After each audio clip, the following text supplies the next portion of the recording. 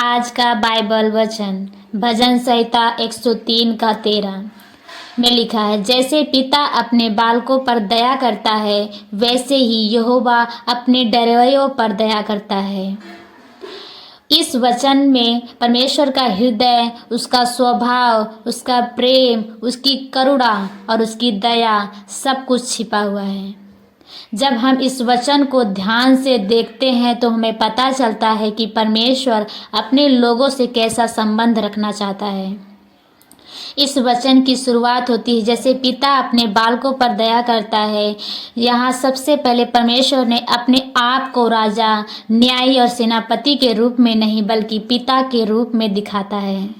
पिता शब्द अपने आप में बहुत कुछ कहता देता है। पिता वह होता है जो अपने बच्चों को जन्म देता है, पालता है, सिखाता है, समझाता है और जब बच्चा गलती करता है तब भी उसे छोड़ता है। दुनिया में हर पिता एक जैसा नहीं होता। कुछ पिता कठोर होते हैं, कुछ पिता लापरवाह होते हैं और कुछ पिता बहुत प्रेमी होते हैं। लेकिन यहाँ जिस पिता की बात हो रही है वह स्वर्गीय पिता है, जो कभी गलत नहीं करता, कभी पक्षपात नहीं करता और कभी अपने बच्चों से प्रेम करना नहीं छोड़ता। अब यह वचन है कि पिता अपने बालकों पर दया करता है। दया का अर्थ यह नहीं कि गलती को सही कहना। दया का अर्थ है गलती को देखकर भी दंड के बजाय प्रेम दिखाना। जब बच्चा गिर जाता है तो पिता उसे मारता नहीं बल्कि उठाता है। जब बच्चा रोता है तो पिता उसे अनदेखा नहीं करता बल्कि सीने से लगाता है। इसी तरह परमेश्वर भी हमें देखता है। वह जानता है कि हम मिट्टी से बने हैं, कमज़ोर हैं, बार बार गिरते हैं। भजन संहिता 103 के ही आगे लिखा है कि वह जानता है कि हमारी रचना कैसी है। इसका मतलब यह है कि परमेश्वर हमसे वह अपेक्षा नहीं करता जो हम कर ही न सके। अब आगे लिखा है, वैसे ही यहोवा अपने डरवैयों पर दया करता है। यहाँ डर का अर्थ है भागना नहीं। यहाँ डर का अर्थ है आदर, सम्मान और आज्ञाकारिता। जो व्यक्ति परमेश्वर का डर रखता है वह यह जानता है कि परमेश्वर पवित्र है, सच्चा है और अब उसके मार्ग सही है। परमेश्वर का डर रखने वाला व्यक्ति यह नहीं कहता कि मैं कभी गलती नहीं करता, बल्कि वह कहता है जब भी मुझसे गलती होती है मैं परमेश्वर के पास लौट आता हूँ। ठीक वैसे ही जैसे बच्चा गलती करने के बाद पिता के पास जाता है। यह वचन हमें भी सिखाता है परमेश्वर की दया योग्यता पर नहीं बल्कि संबंध पर आधारित है। बच्चा इसलिए दया पाता है क्योंकि वह पिता का बच्चा है, ना कि इसलिए कि उसने कोई बड़ा काम किया है। उसी तरह हम इसलिए दया पाते हैं क्योंकि हम परमेश्वर के हैं। बाइबल में हमें कई उदाहरण मिलते हैं। जब दाऊद ने बड़ा पाप किया तब भी परमेश्वर ने उसे पूरी तरह नष्ट नहीं किया। उसने उसे सुधारा, सिखाया और फिर खड़ा किया। क्यों? क्योंकि दाऊद परमेश्वर का भय मानता था, पश्चाताप करता था। उड़ाऊ पुत्र की कहानी भी इसी वचन को समझाती है। पुत्र ने पिता की संपत्ति उड़ा दी, गलत रास्तों पर चला गया, लेकिन जब वह लौट कर आया तो पिता ने उसे धुतकारा नहीं। उसने उसे गले लगाया, वस्त्र पहनाए और भोजन करवाया। यही दया है। यह वचन उन लोगों के लिए है, बहुत आशा का संदेश है, जो अपने आप को कमज़ोर, पापी या असफल समझते हैं। परमेश्वर यह नहीं कहता कि पहले शुद्ध बनो फिर मेरे पास आओ।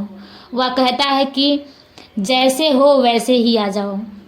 इस वचन से यह भी स्पष्ट होता है कि परमेश्वर की दया ठंडी नहीं हुई बल्कि जीवित और सक्रिय है। वह रोज़ नई होती है। जब हम सुबह उठते हैं और जीवित होते हैं तो उसकी दया का प्रमाण है। ये वचन हमें दूसरों के साथ भी वैसा ही व्यवहार करना सिखाता है जैसा परमेश्वर हमारे साथ करता है। अगर परमेश्वर हम पर दया करता है तो हमें भी दूसरों पर दया करनी चाहिए। अगर वह हमें क्षमा करता है तो हमें भी क्षमा करनी चाहिए। अक्सर हम दूसरों की गलतियों को तुरंत देख लेते हैं लेकिन अपनी गलतियों को छुपा लेते हैं। यह वचन हमें दर्पण दिखाता है और वह कहता है कि जैसे परमेश्वर तुम्हें संभालता है वैसे ही तुम भी दूसरों को संभालो। परमेश्वर की दया का सबसे बड़ा प्रमाण यीशु मसीह है। उन्होंने क्रूस पर कहा कि पिता इन्हें क्षमा कर, क्योंकि ये नहीं जानते कि ये क्या कर रहे हैं। यह दया है। यह वचन हमें यह आश्वासन देता है कि अगर हम परमेश्वर का आदर करें, उसके मार्गों पर चलने का प्रयास करें, तो चाहे हम कितनी बार गिरें, वह हमें छोड़ेगा नहीं। वह पिता है और पिता अपने बच्चों को कभी नहीं त्यागता। आशा करते हैं यह वचन आपको समझ में आ गया है। आइए हम प्रार्थना करते हैं। धन्यवाद धन्यवाद धन्यवाद हमारे स्वर्ग में विराजमान अति पवित्र सामर्थी परमेश्वर, हम आपका धन्यवाद करते हैं।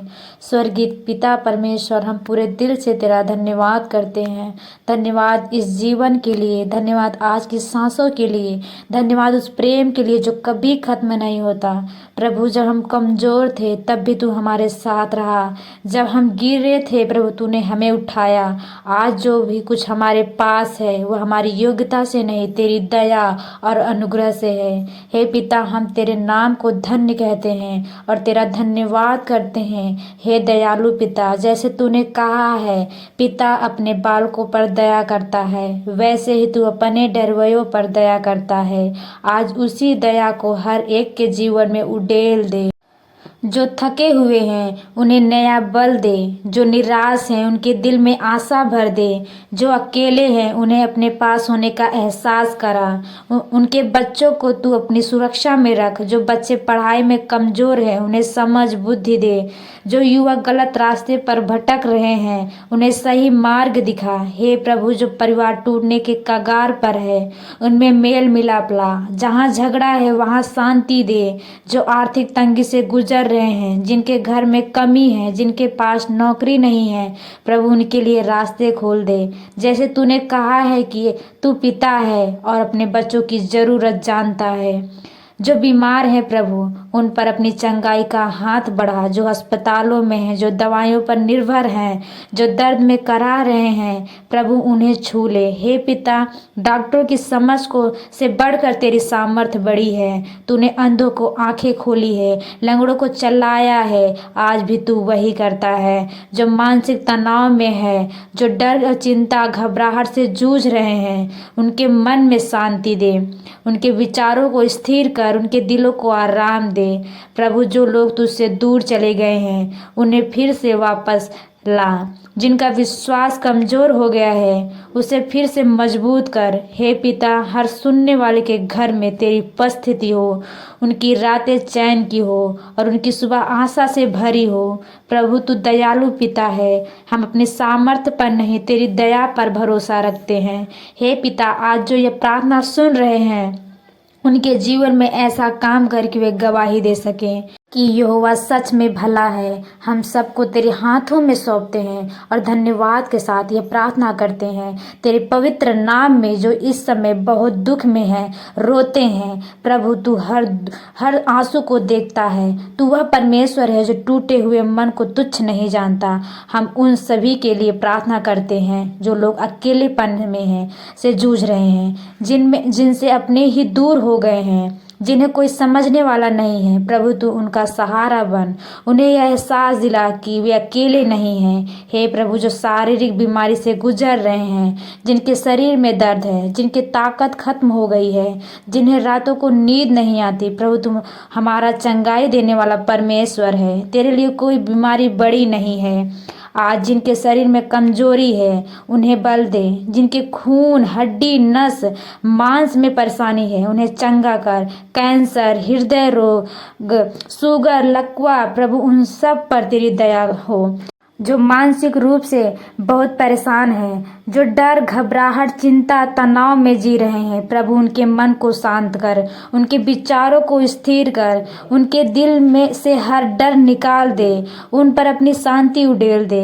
हे पिता, जो बच्चे के भविष्य को लेकर परेशान हैं, उनके बच्चों को सही मार्ग पर चला। जो गलत संगति में पड़ गए हैं, प्रभु उन्हें संभाल, उनके जीवन को बदल। प्रभु, जो आत्मिक रूप से कमजोर हो गए हैं, जिनका मन प्रार्थना में नहीं लगता, जिनका मन वचन में नहीं लगता, प्रभु उनके दिल में फिर से आग जला, उनके विश्वास को नया कर, उन्हें फिर से अपने पास ला। हे पिता, तू सामर्थी है, तू उन सब पर दया कर। हे पिता, हम सब कुछ तेरे हाथों में सौंपते हैं, तेरा धन्यवाद करते हैं, क्योंकि हम जानते हैं कि तू सुनता है, तू देखता है और तू उत्तर देता है। यह सारी प्रार्थना हम प्रभु यीशु मसीह के सामर्थी नाम में मांगते हैं। आमीन।